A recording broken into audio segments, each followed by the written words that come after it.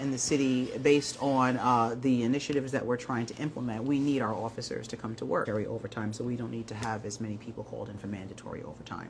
So an email goes out from our ITB to let people know when there's special events or details that we need people to sign up for. This way, a person who maybe has their child's birthday doesn't have to be ordered in. We can get somebody else to come in and volunteer for that. And as things, we're seeing some great crime trends, obviously. The officers are working incredibly hard, and I sincerely appreciate it. And as that continues, we hope the mandatory overtime will abate. But we're doing everything we can to mitigate it. Indeed. You know, and before I get to the next question, I had to stick this in here. Yeah, the what? I'm sorry? I had to insert. Oh, stick it in here. Okay, Yeah, I'm sorry. insert another word. Police officers have a very, very difficult job. I'll say.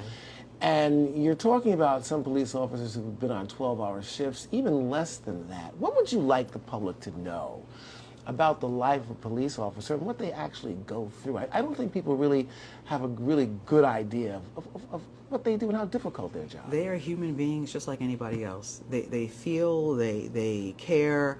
And if you think of the life or even the day of a police officer, you go from one incident where you may have to take aggressive action. You may have to mitigate or de-escalate a situation where people are fighting, physically involved, and the next thing you're saving someone.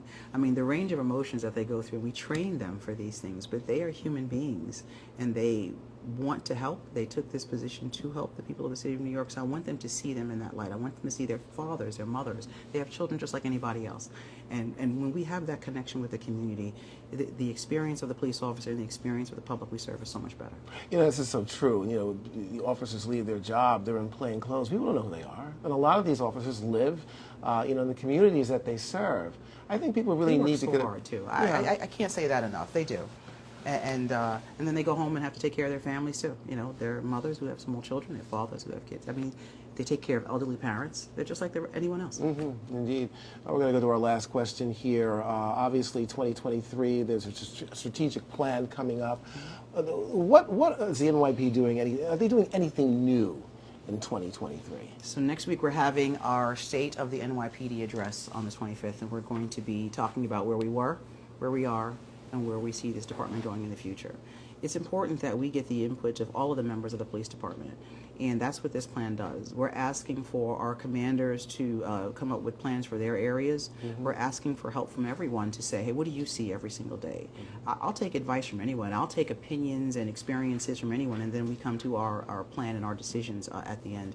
So when we do our State of the NYPD, we're going to make that announcement, and we're going to do some follow-up to make sure everyone knows exactly where we're going in this department. Absolutely. We're not going to reveal that plan today, but one thing I would say that people need to know and understand that it's just more than a police that police a community. The community has to be involved as well. But we are the community, well, and that's what I want everybody to know. We are the community. We're going to work in tandem. Understood. Commissioner, thank you very much. Thank you very much.